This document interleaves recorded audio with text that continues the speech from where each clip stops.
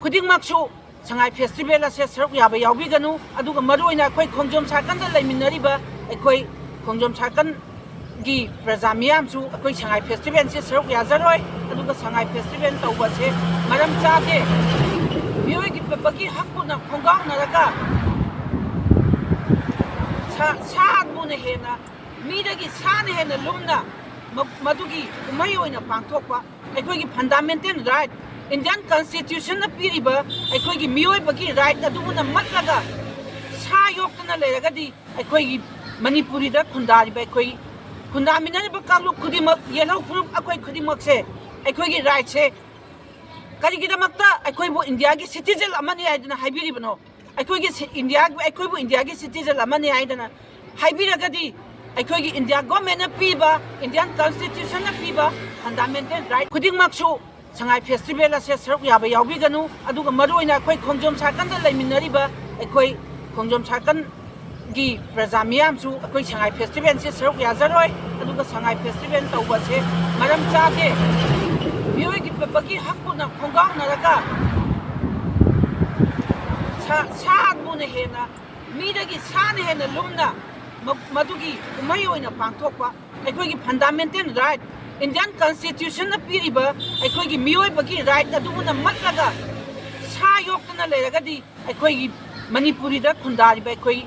खुंदामिनरिबा कालु खुदिमक yellow group अखोई खुदिमक से अखोई राइट से करिगिदमक्ता अखोई बो इंडिया की सिटीजन अमनी आइदना हाइबिरिबनो अखोई इंडिया अखोई बो इंडिया की सिटीजन अमनी आइदना हाइबिरगदी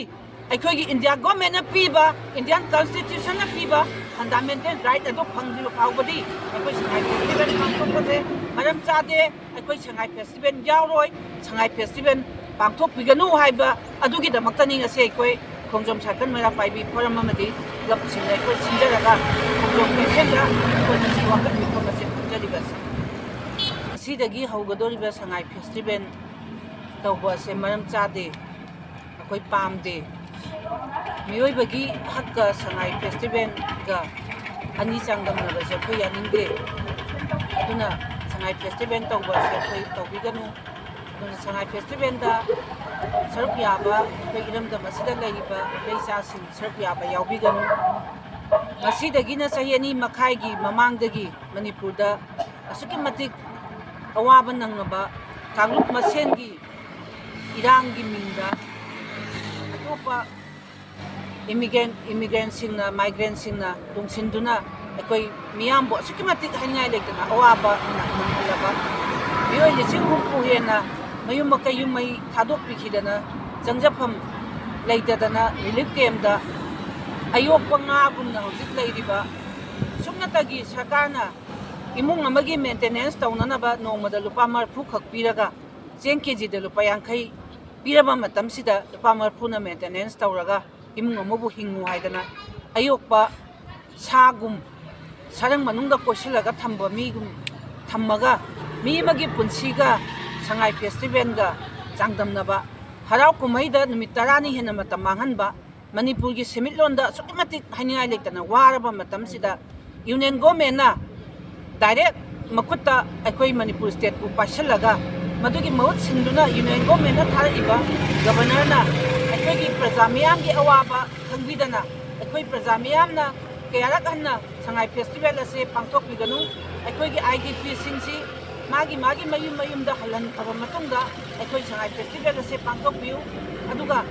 नेशनल हाईवे सिंदा अखोई निंगतमना चटपा फंगद्रिबा अखोई नोमई कापगी मखोन खक लेखरगा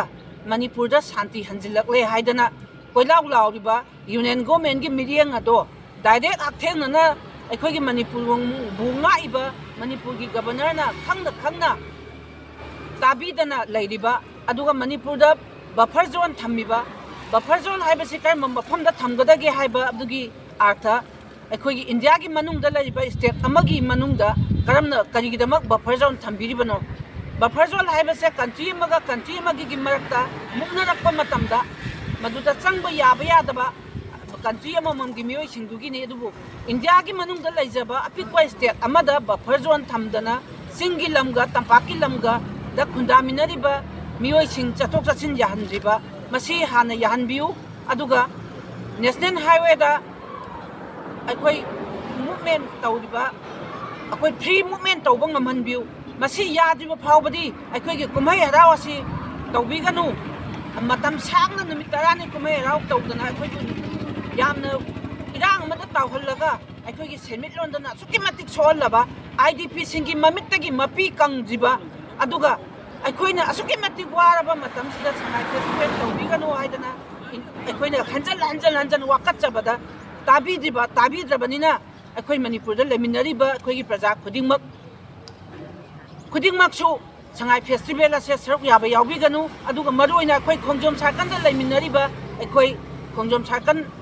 gi praja miyam su akhoi sangai festival se saruk yazaroi aduga sangai festival tawba se maram chade bioi gi pepagi hakuna khongang naraka saadbuna hena midagi sane hena lumna madugi kumai oina pangthokpa akhoi gi fundamental right Indian constitution na piriba akhoi gi mioi bagi right aduna matlaga sa yoktana leragadi akhoi gi manipuri da khundari ba akhoi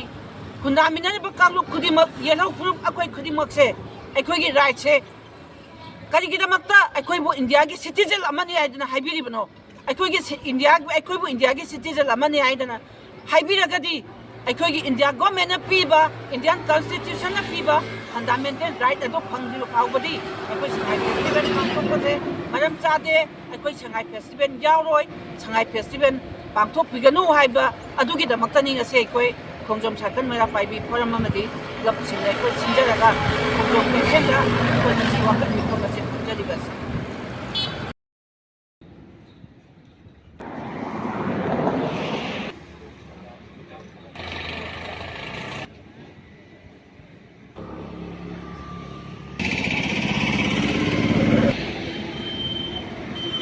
khudingmaksu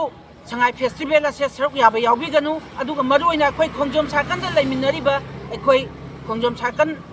gi praja miyam su akhoi sangai festival se saruk yazaroi aduga sangai festival tawba se maram chade bioi gi pepagi hakuna khongang naraka saadbuna hena midagi sane hena lumna madugi kumai oina pangthokpa akhoi gi fundamental right Indian constitution na piriba akhoi gi mioi bagi right aduna matlaga sa yoktana leragadi akhoi gi manipuri da khundari ba akhoi khundaminani ba kalu khudimak yelau group akhoi khudimak se akhoi gi right se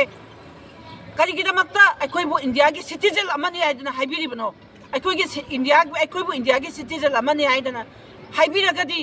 akhoi gi India government na piba Indian constitution na piba fundamental right ado phangdiru phawbadi akhoi sangai festival pangthokpase maram chade akhoi sangai festival yauroi sangai festival pangthokpiganu haiba adugi damaktani ngase akhoi khongjom sakan mera paibi forum amadi club sinai akhoi sinjaraga khongjom pesenda akhoi nasi wakat mikhamase punjaribas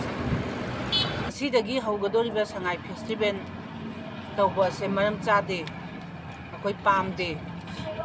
mioi bagi hakka sangai festival ga ani changdam na base khoi yaningde aduna sangai festival tawba se khoi tawbiganu aduna sangai festival da saruk yaba khoi iramda masida laiba leisa sin saruk yaba yaubiganu masidagi na sahi ani makhai gi mamangdagi manipurda asuki matik awaba nangaba tanglup masengi irangi mingda atopa immigrant singna migrant singna dungsinduna akhoi miyam bo sukimatik hangai lekdana awaba nanghalaba bioi lising humpu hena mayum makayum mai thadok pikhidana jangjafam leidadana relief camp da ayok panga gumna hojik leiriba sumnatagi sarkarna imung amagi maintenance taunanaba nongmada lupa marfu khak piraga 10 kg da lupa 50 piraba matamsida lupa marfu na maintenance tauraga imung amubu hingu haidana ayokpa sagum sarang manungda koisilaga thamba migum thammaga mi magi punsiga sangai festival ga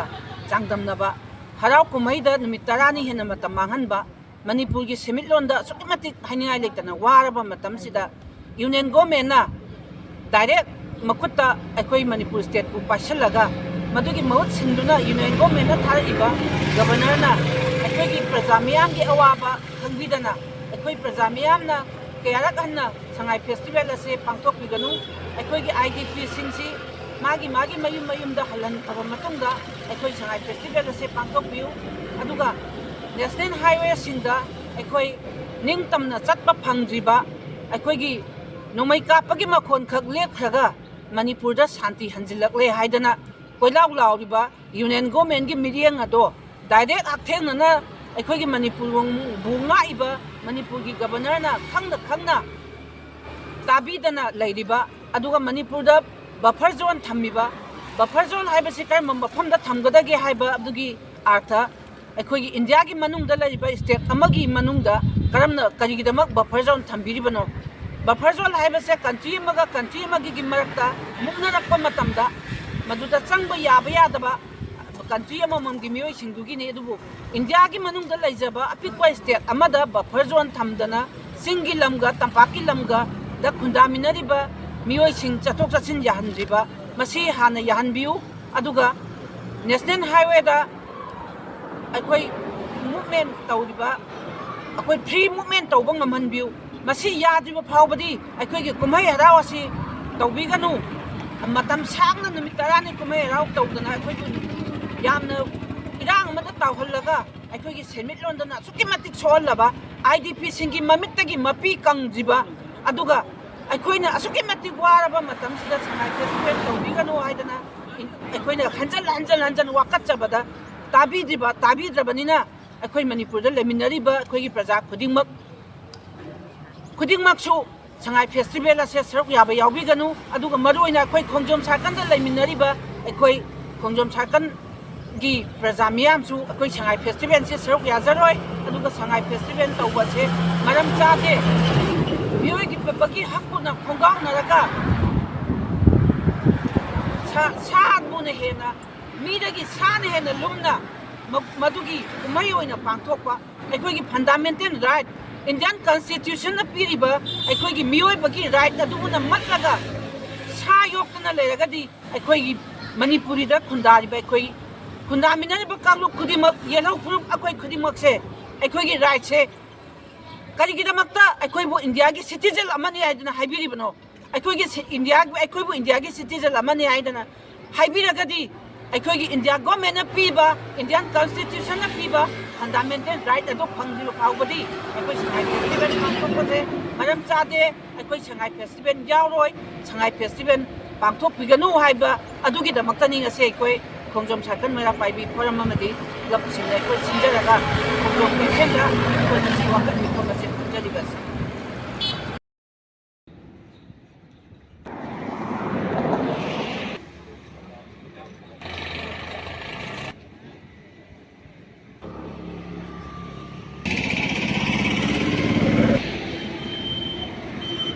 ꯈꯨꯗꯤꯡꯃꯛꯁꯨ ꯁꯉꯥꯏ festival ꯑꯁꯦ ꯁꯔꯨꯛ ꯌꯥꯕ ꯌꯥꯎꯕꯤꯒꯅꯨ